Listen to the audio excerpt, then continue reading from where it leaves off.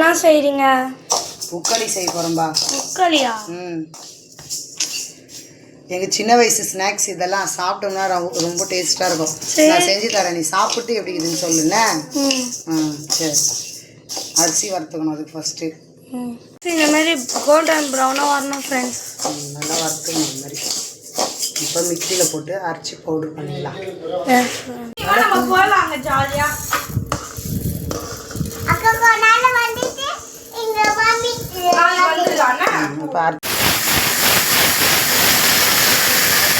எதுக்குமா வெல்லம்?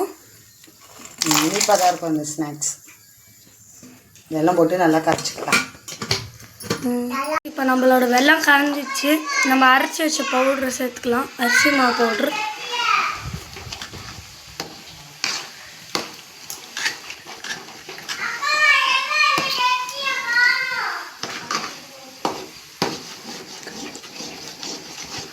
நம்மளோட உக்களி ஃபைனல் டச்சுக்கு வந்துச்சு பாருங்க. இந்த மாதிரி ஒட்டாமல் வரணும் கடாயில்.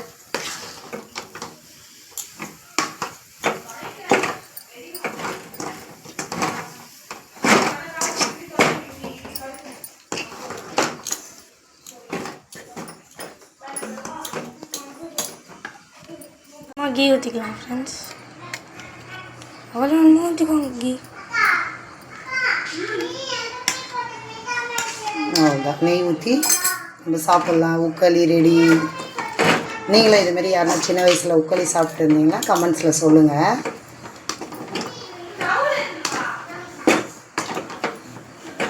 இதுதான் எங்களுடைய சின்ன வயசு ஸ்நாக்ஸ்.